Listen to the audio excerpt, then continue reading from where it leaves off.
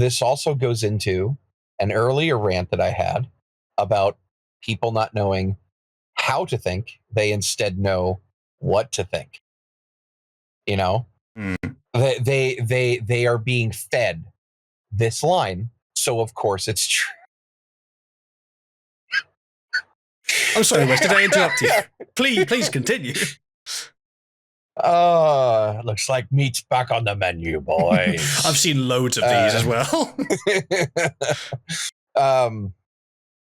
But like you again, it like you could see it in real time.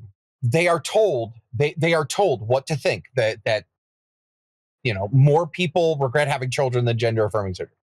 Okay, bam, data uploaded will commence repetition over and over and over again. Absolutely no critical thinking involved in real time. And that's what I'm talking about. That's exactly what I'm talking about, where it's just, there is no critical thought here. Of course it's right. It says that it's right. A thing that I agree with says that it's right, so it's right. Regurgitate over and over and over and over and over again. And it's like, yeah, that's what happens. That's what happens when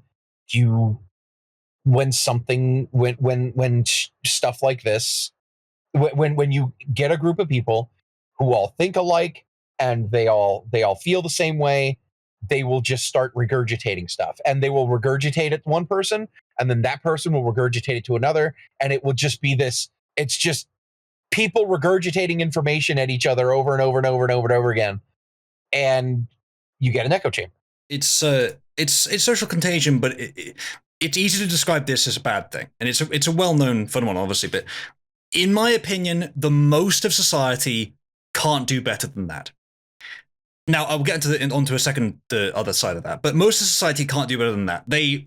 Most of society make up a bulk who follow patterns, who follow trends, because that sort of slows down change a bit, because the trend is likely to be similar to what they thought before.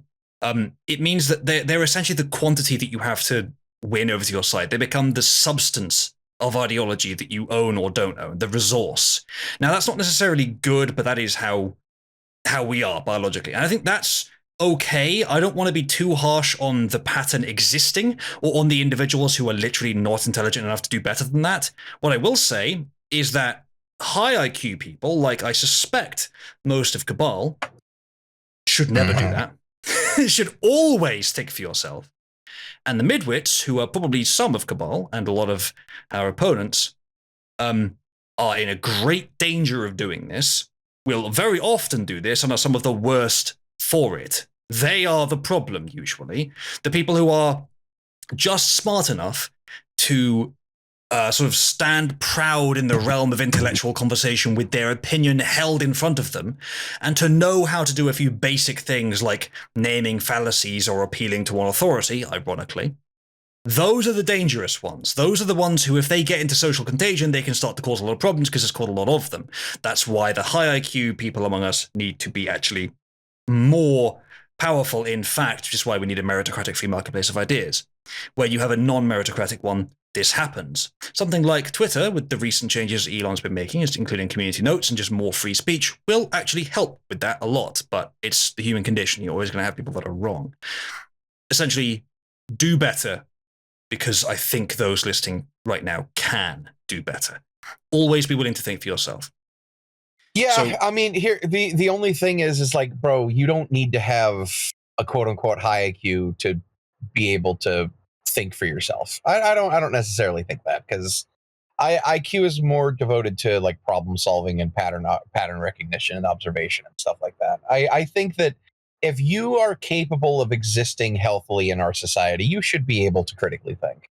I think it's much more of an education problem than it is a raw intelligence problem. And I think with enough time, because look, if my stupid ass can figure it out, in spite of my horrific education, you guys can do it. There's no excuse.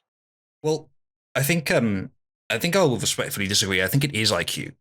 The work of figuring it out for yourself does take IQ. It takes IQ to assess every source that comes in. What you can do without IQ is to find the source that seems to agree with what you and your friends already believe, and thus download and install the new information. Having IQ would help you to actually assess it critically for its actual merits, and also assess alternatives critically. And the higher IQ you have, not only the faster can you do that, and the more deeply you can do that, but with the less energy you can do that. So someone with less would waste more energy doing it and do it worse than someone with more. So I think IQ is fundamental to that. Critical thinking education, it can help, sure. It'll boost that ability, but I think ultimately it's going to be gradiated by IQ.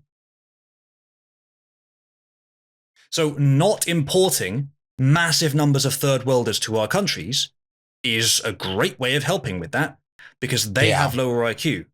The people of our own countries historically, yes, has a mix of IQ, but skewed nowhere near as low as it is with mass unskilled immigration. Yeah.